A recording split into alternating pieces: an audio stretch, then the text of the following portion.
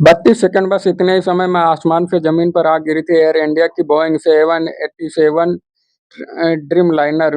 अहमदाबाद में हुए अब इस भयानक हादसे की प्रारंभिक जांच रिपोर्ट में चौंकाने वाले मामला सामने आया। क्या बात थी, क्या वो गलती थी जिसने 260 मासूमों की जिंदगी को हमेशा के लिए छीन लिया? चलिए एक नजर डालते हैं इस प्रारंभिक रिपोर्ट पर। अहमदाबाद में 12 जून के एयर इंडिया ड्रीमलाइनर हादसे की शुरुआती जांच रिपोर्ट में कुछ चौंकाने वाली बातें सामने निकल कर आ रही हैं। इस रिपोर्ट में पुष्टि हुई कि टेक ऑफ के कुछ ही सेकंड बाद विमान के दोनों इंजन हवा में ही बंद हो गए थे।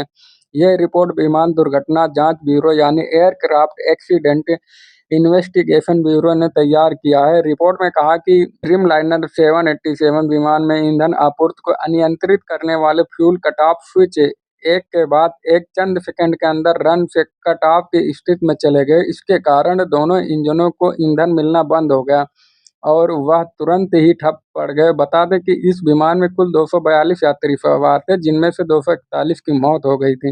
विमान अहमदाबाद एयरपोर्ट के पास बीजे मेडिकल कॉलेज की इमारत से टकराया था, जिसके चलते हॉस्पिटल के छात्रों को भी मौके पर मौत हो गई, जबकि कई घायल भी हुए थे। कुल मिलाकर हादसे में 260 लोगों की जानें भी चली गई थी। रिपोर्ट के बाद एयर इंडिया का भी बड़ा बयान सामने आया। पहले जानते हैं कि इस रिपोर्ट में कुछ सामने निकला है। रिपोर्ट के प्रमुख पॉइंट्स है फ्यूल कट ऑफ स्विच का रहस्य।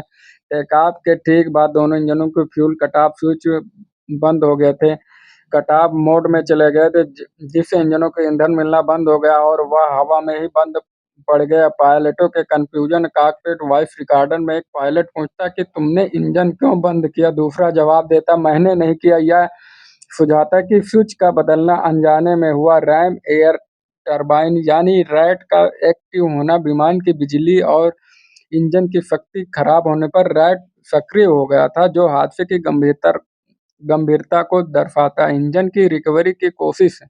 पायलटों ने स्विच को दोबारा रन किया। इंजन एक में थोड़ा सुधार दिखा, लेकिन दूसरा इंजन जो रिकवर नहीं हो पाया था। कोई तकनीकी खामी नहीं हुई। शुरुआती जांच में ना तो कोई मैकेनिकल फॉल्ट, ना ही फ्यूल कंटिमेशन और ना ही बर्ड स्ट्राइक के सबूत मिले। फ्लैप सेटिंग और लैंडिंग गियर भी सामान्य थे। पुरानी चेतावनी नजरअंदाज की गई। 2018 में एफए ने बोइंग 737 के फ्यूल कंट्रोल स्विच की लॉकिंग में खामी की चेतावनी दी थी, लेकिन एयर इंडिया ने इसकी जांच नहीं कराई।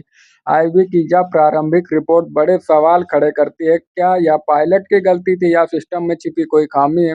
जांच अभी भी जारी है, लेकिन 260 परिवारों के दर्द का जवाब जल्द मिलना चाहिए। एयर इंडिया ने प्रभावित परिवारों के प्रति संवेदना जताई है और जांच में पूरा सहयोग देने का वादा किया।